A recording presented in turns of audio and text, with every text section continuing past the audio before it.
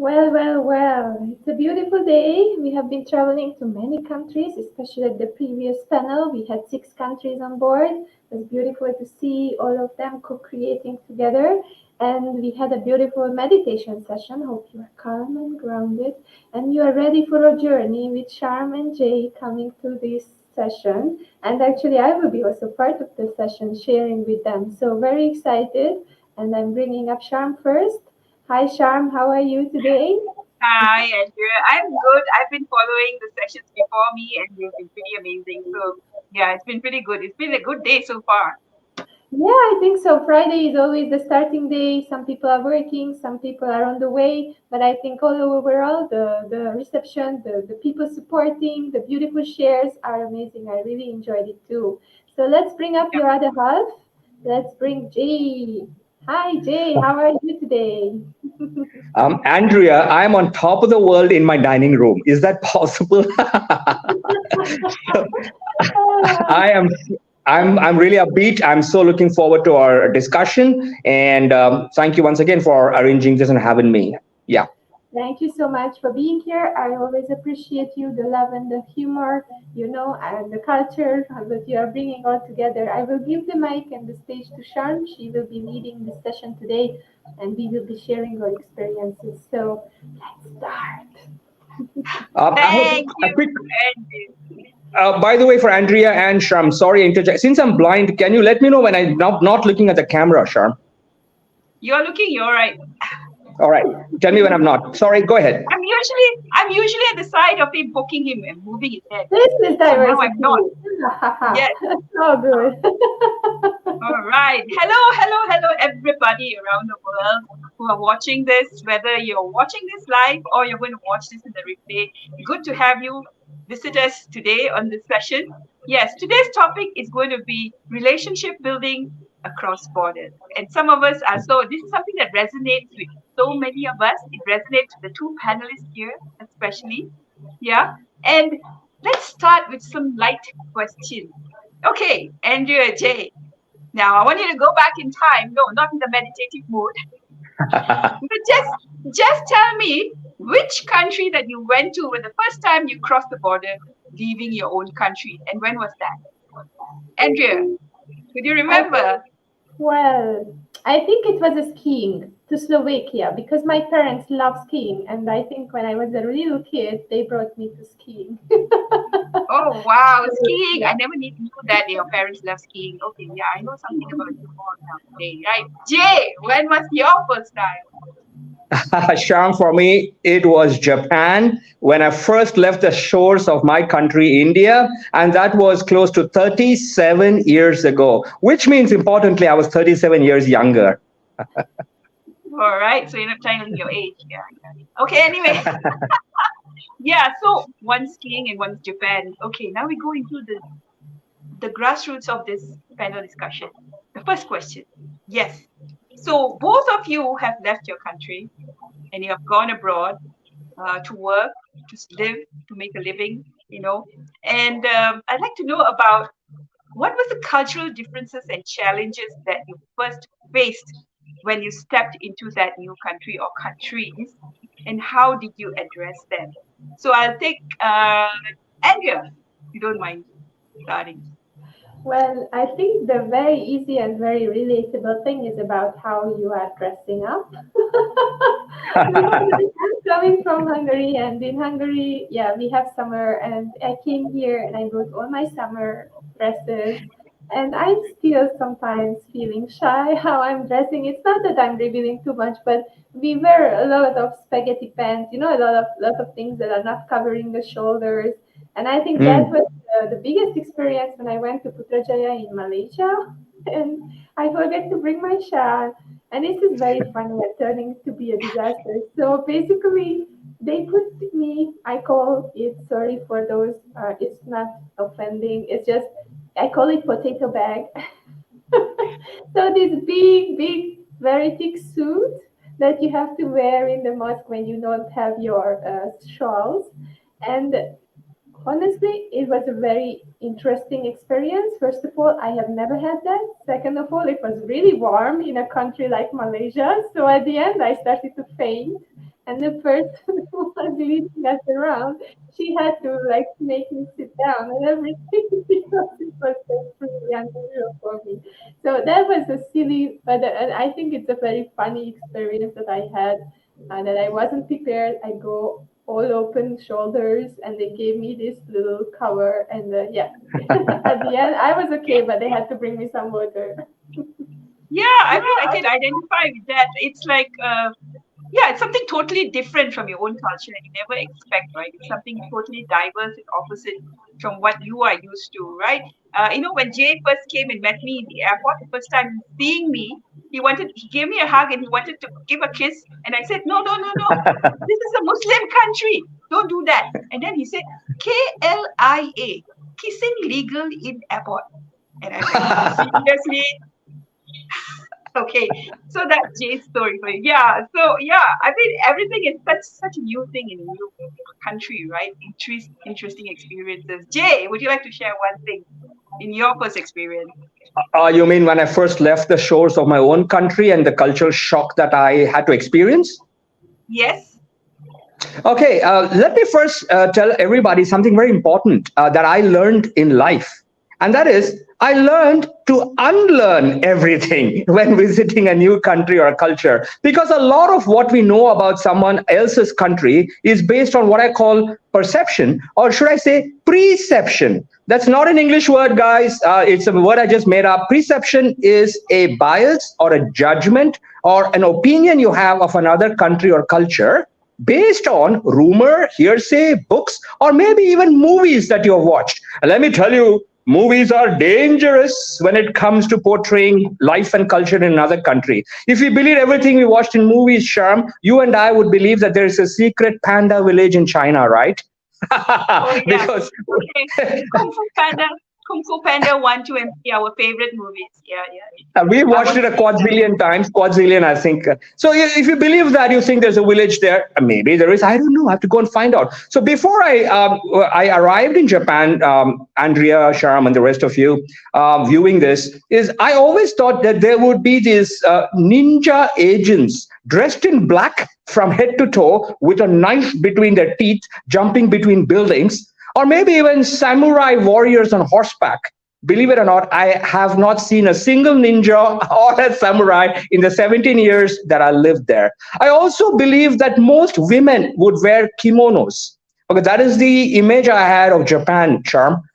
And I found out that they only wore kimonos for festive occasions, such as the New Year, the coming of age day, festivals, and of course, wedding ceremonies. Otherwise, most men and women were wearing Western attire. So I feel that the way to deal with all of this kind of cultural preceptions, that is biases we have based on what we hear, not what we have seen, but from books and movies, etc.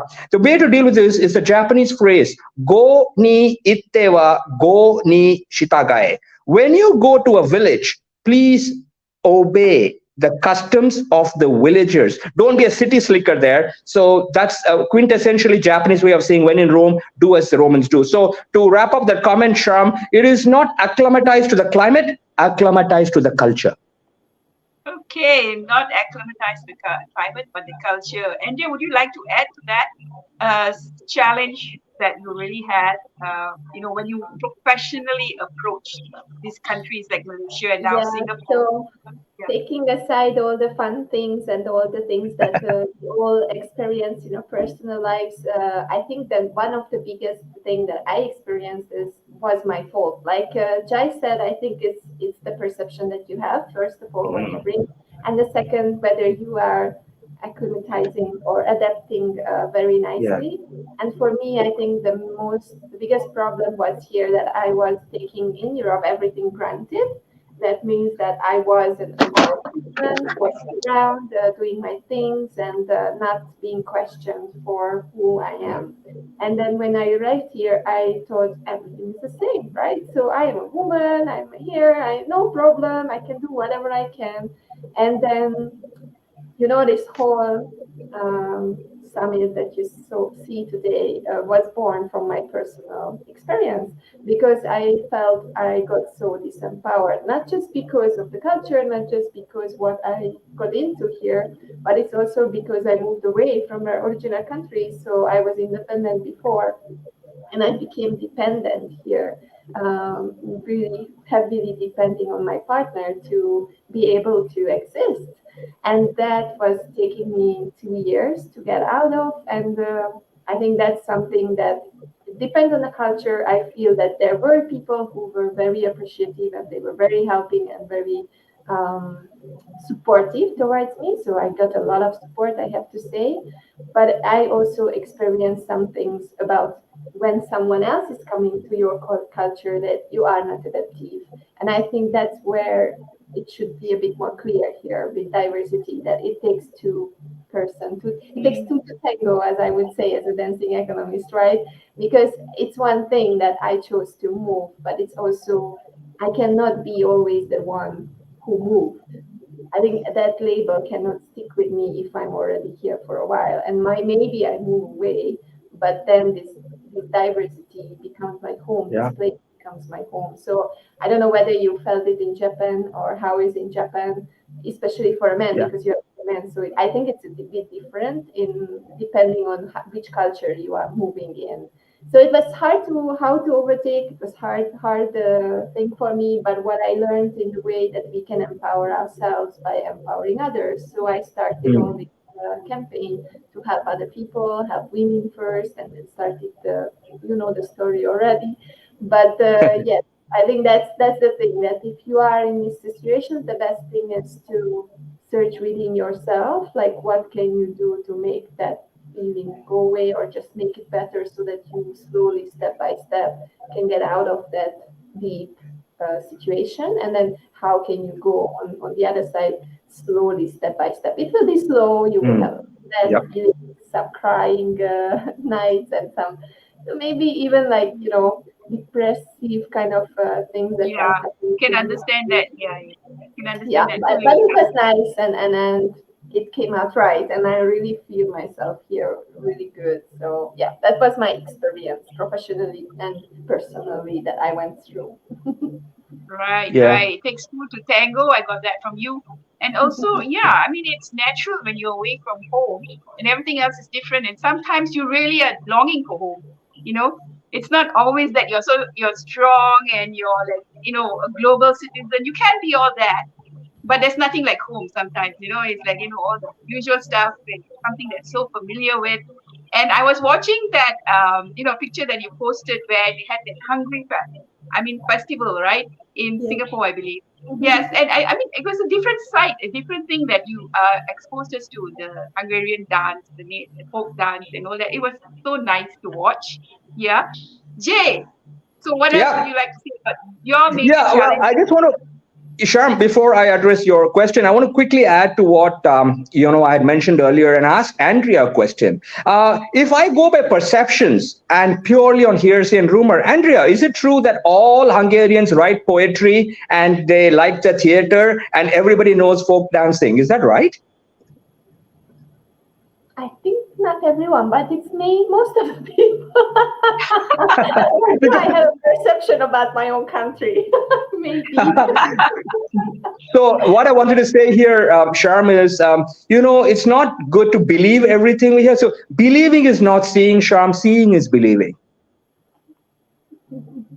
You Yeah. know, you go to a place, you experience it for yourself, the work culture, I mean, or even social codes of conduct, and what is accepted and expected in that culture is, I think, the best way to learn about a different culture, cross-cultural awareness and communication, relationships. Relationship building. Yeah, not believing, it's not seeing, or it's not expecting, but it's actually seeing, right?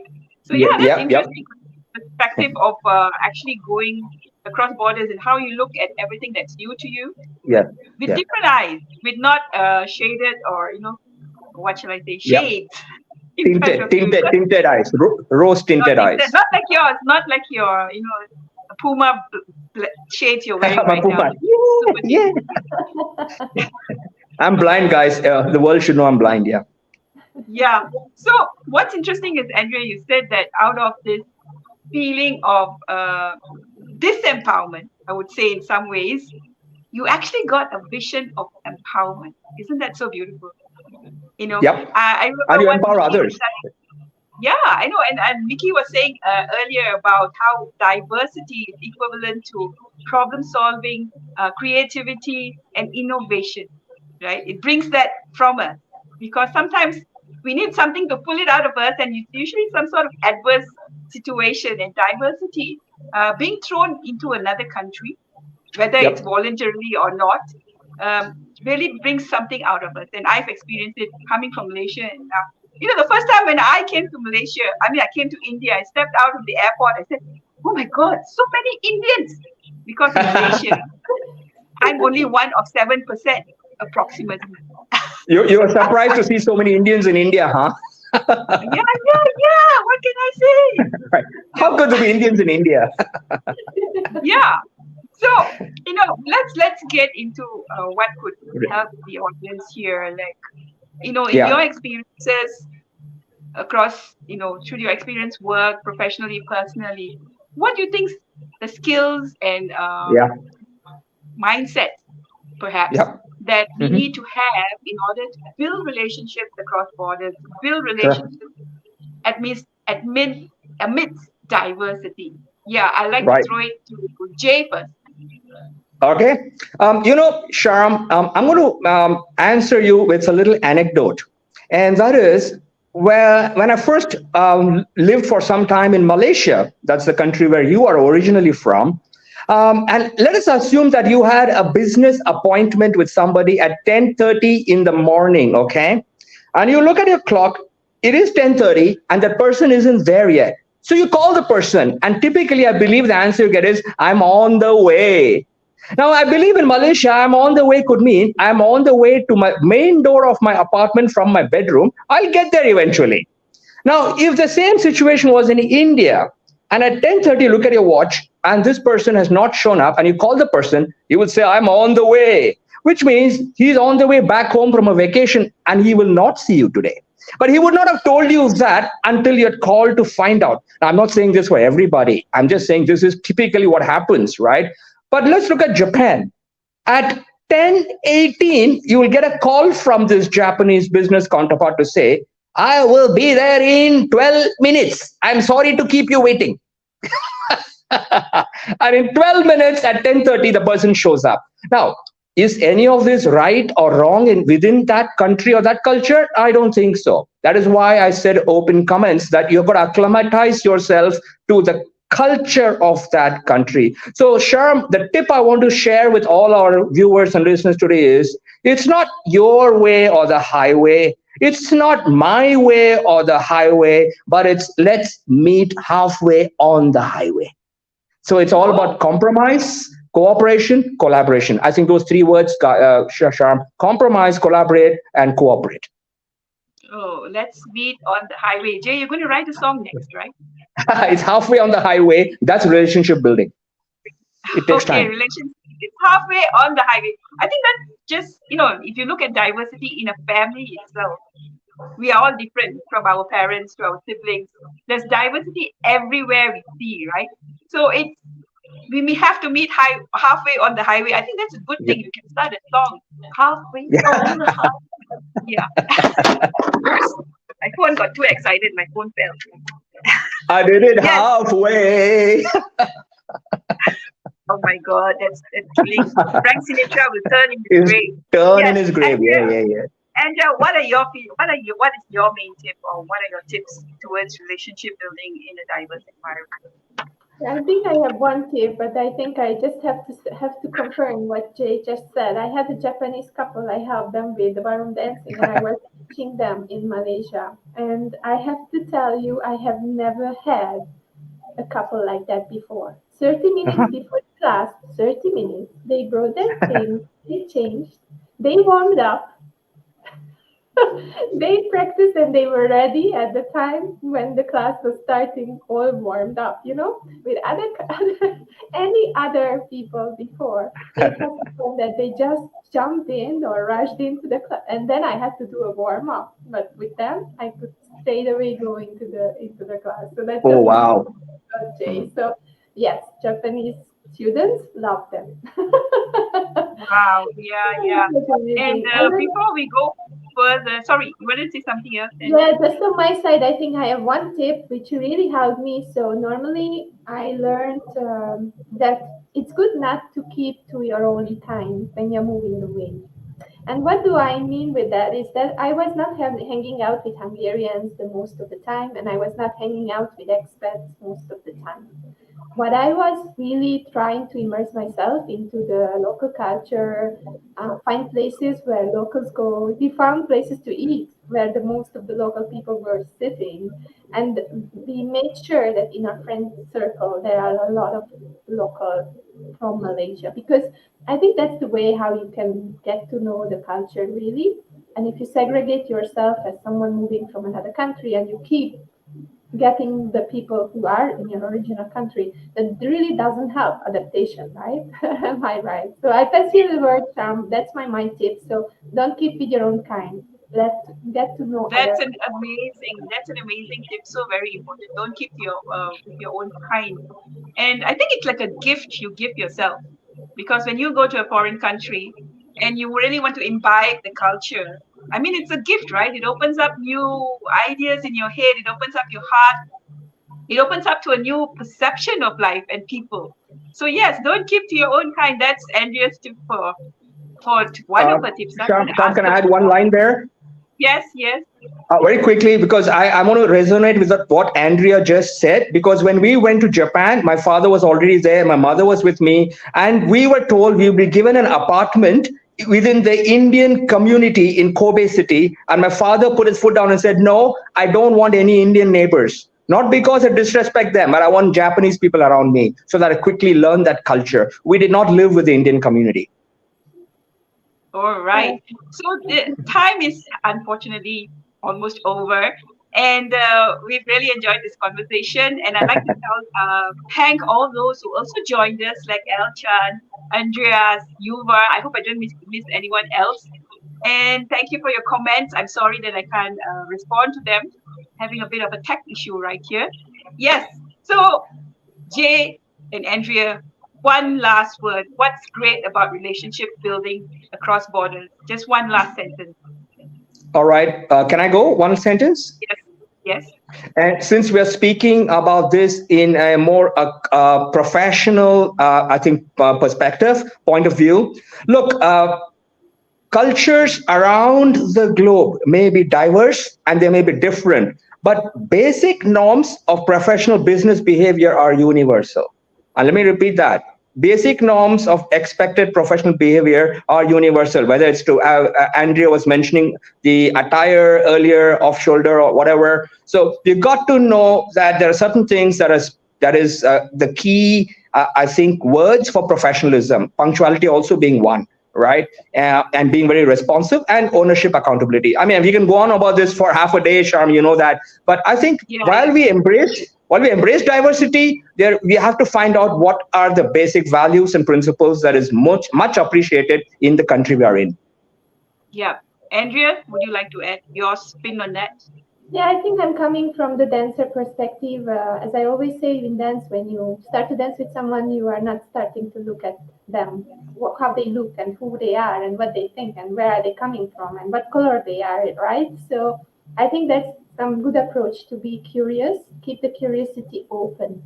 That means that you just go for the embrace and you embrace the whole thing. It comes to you. First, maybe it will wash you away, but then after slowly don't put up your hands and say no, and you are in your own environment and you are like blindfolded.